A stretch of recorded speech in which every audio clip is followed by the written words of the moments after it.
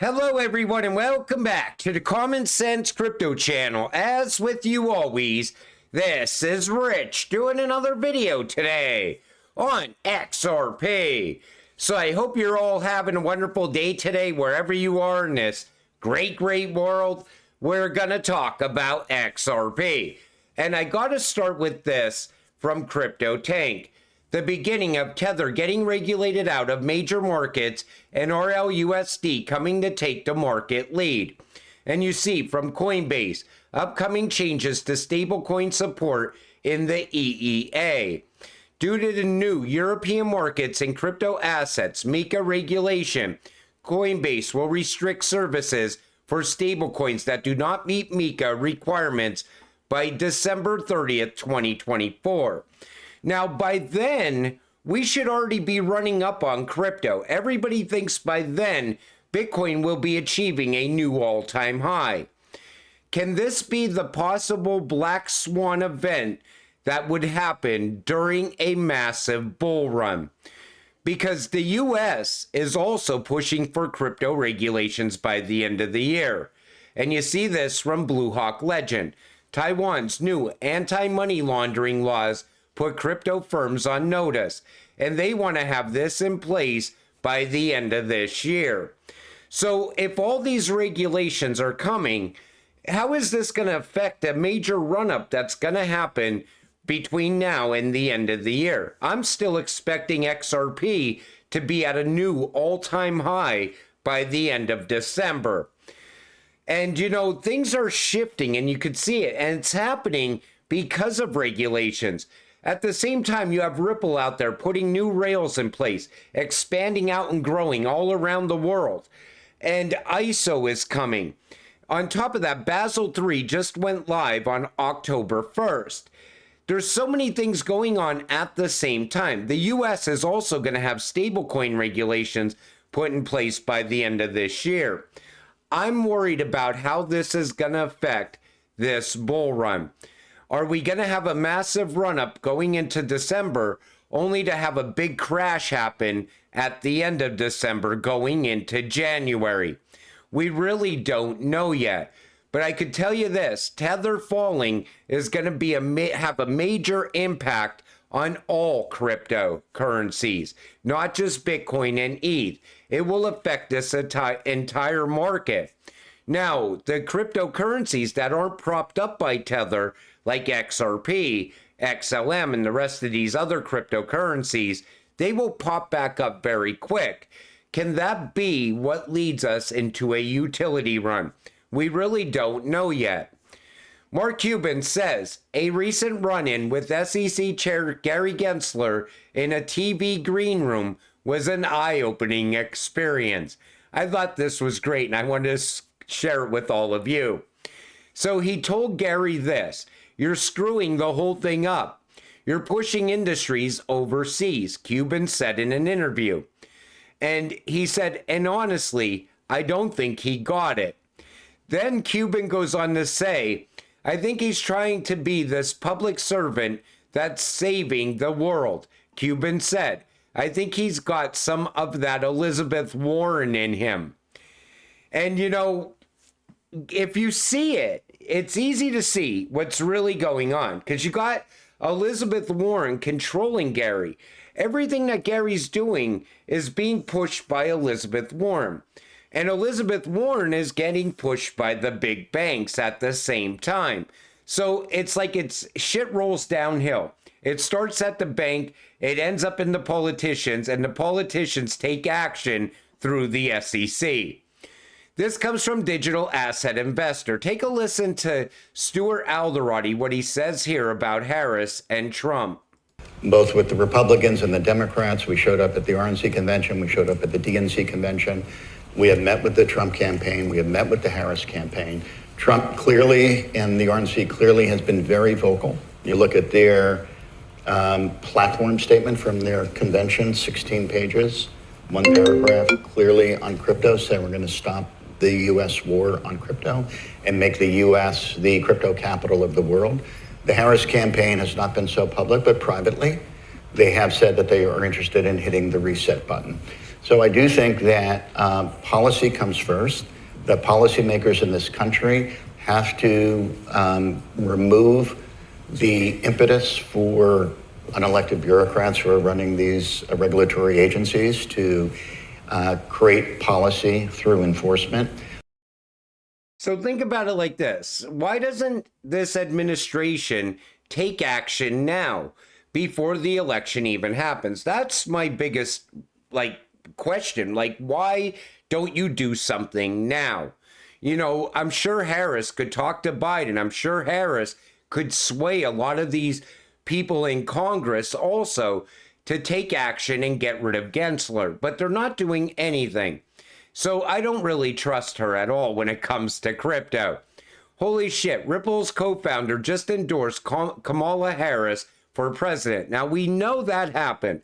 We know Chris Larson endorses Harris, but why? Why would he do that?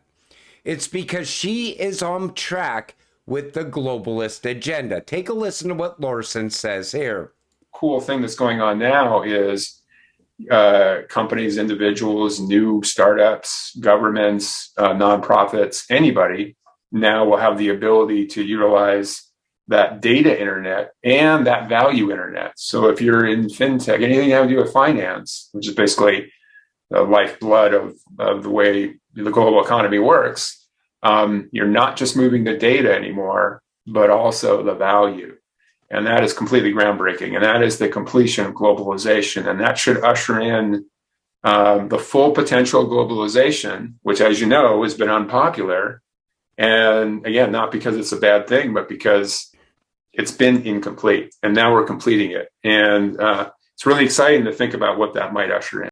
So you know now why he supports Harris, because Harris will also push the globalist agenda. And that shows you that Ripple has ties to the elites. Because what are the elites pushing? The global agenda. You know, it goes beyond just payments and moving value. The globalist agenda is one world currency, one world religion, new world order. But a lot of countries, all they want is a level playing field. So even if we didn't get this globalist agenda, we're still leveling the playing field for all of these countries. That's what XRP can do. You know, these countries can have their own currency. Every single country could have their own.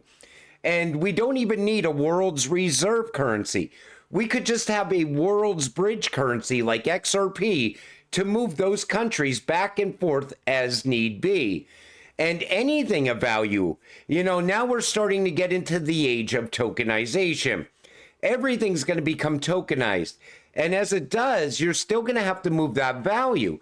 XRP, once again, can work as the trust layer, the bridge currency that it's built to be, to move that value. But instead, these elites, they want this globalist push. They want everything to be one world. Even you as a person, one world citizen, a global citizen. So this was great from Grape Drop. He said, he said to me, could the SEC be working for the central bankers? Ripple appeal timing seems to be aligned with this news. And you see exciting news coming from SWIFT. Starting next year, financial institutions from around the world will start trialing live digital assets and currency transactions on the SWIFT network. So are they just trying to hold everything back with Ripple still? But this is going to happen no matter what, because again, SWIFT works worldwide. So even if the US doesn't have things put in place, and even if the US is still trying to lag behind the rest of the world, everything's still going to move ahead, with or without the United States. But this also could go in line with what Grape Drop was saying, that the SEC could be working with the central banks as well. And that would make sense. You know, they're telling the SEC, hey, listen, the Fed, Jerome Powell saying, we're not ready yet for RippleNet or XRP. Hold it back a little while longer if you can. But eventually you can no longer hold back what XRP is. And the US is going to embrace it with open arms once that liquidity crisis shows up. It's just a matter of time. Tranglo introduces bank transfers in Morocco. Send money directly to bank accounts with real-time MAD delivery alongside our cash pickup options. Tranglo once again expanding out. And we see it here as well. Ripple has partnered with leading Brazilian crypto exchange Mercado Bitcoin to offer businesses its managed end-to-end payment solution. Ripple is just becoming a one-stop shop for payments for businesses, for anyone that has to move money. Mercado Bitcoin, a leading Brazilian crypto exchange, will be the first customer of Ripple's product in Brazil. Use Ripple's platform to improve its international treasury options between Brazil and Portugal. Ripple introduced its crypto on-demand liquidity service in Brazil in August 2022 in partnership with TravelX Bank, and they continued to grow out from there. And again, Brazil is a BRICS country. Every single BRICS country already has Ripple rails. And this is Brad explaining XRP versus cash. Take a listen. He's talking about all of this money that's just sitting there, this capital that's not moving. The primary reason is, I think, MoneyGram, more than maybe any of our other customers, is demonstrating the value from a just pure economic point of view of why this is good for shareholders. MoneyGram, for those who don't follow the company, is about a $1.2 billion enterprise value company. They have a lot of debt, so the market cap is only a handful of hundreds of millions of dollars. Right. What's interesting there is that they have negative working capital of around $300 to $400 million. Now, that negative working capital is there is because if I want to settle a transaction with the Bank of Liz, and the Bank of Liz is dollars and I'll be Mexican pesos, I would pre-fund money to the Bank of Liz, and Bank of Liz would pre-fund to the Bank of Brad. And then we would use messaging to debit and credit that. But that means I have put dormant capital out into kind of, you almost think about it as the global transaction engine has to have oil in it to work. And so the oil is cash that sits in these accounts all over. For MoneyGram, that's several $100 million of negative working capital. The idea is don't use cash and pre-fund, but use digital assets in real time to move value. So the Bank of Liz could hold $1, sell $1, buy a unit of XRP, move the XRP across a digital ledger into, I guess you were dollars on pesos, from US denominated exchange to a Mexican denominated exchange, sell the XRP, buy a Mexican peso. So I've gone from dollars to pesos in real time. The primary. And that is what is so game-changing about XRP. And Brad always wanted to unlock all of that massive capital that's sitting all around the world. It's $27 trillion sitting in Nostro Vostro that they want to unlock. Because it doesn't make sense for all of this new money to be going in when all this other money's just sitting around. And he wants to move that money around. He wants to inject it into the entire financial system. And that would be game-changing because all of a sudden, all this massive liquidity would come pouring in. And it would be game-changing in so many different ways because no longer does anyone have to worry about having that capital on hand. It will already be unlocked. And even when it comes to tokenized assets, when XRP is going to be moving those tokens around the world, it's going to make it easier for sales to happen on certain things, very expensive items. I always say a Lambo because think about it. You know, somebody buys a Lambo and they're like, okay, I don't need this Lambo because the yearly cost just to upkeep it is like $10,000. So they want to sell it off. So they tokenize it. Then they sell the tokens to someone, and then later the Lambo could end up at the other person's, address, wherever that may be in the world. But it's going to open up ways to move value before the transaction is even complete. And it's going to make honest sales a lot easier as well, even when it comes to real estate, things like that. Plus, people could sell maybe 10% of their house without selling the entire house. Or maybe they can borrow by tokenizing their house and selling off 10% of those tokens. Then later, when they get money, they could buy those tokens back, maybe at a higher price. This way, whoever's investing in that real estate, they would still turn a profit. Tokenization is going to open up a lot of doors, is what I'm telling you. And that market hasn't even got going yet. Wait until all that value ends up on the XRP ledger. I'm still anticipating RCHAX and that $30 to $50 trillion. But until it all happens, you got to stay patient, stay positive, and let's get rich together. With that said, I'm going to wrap up this video. I want to thank you all for watching. I appreciate all of you. I'll see you in the next one. Have a great night.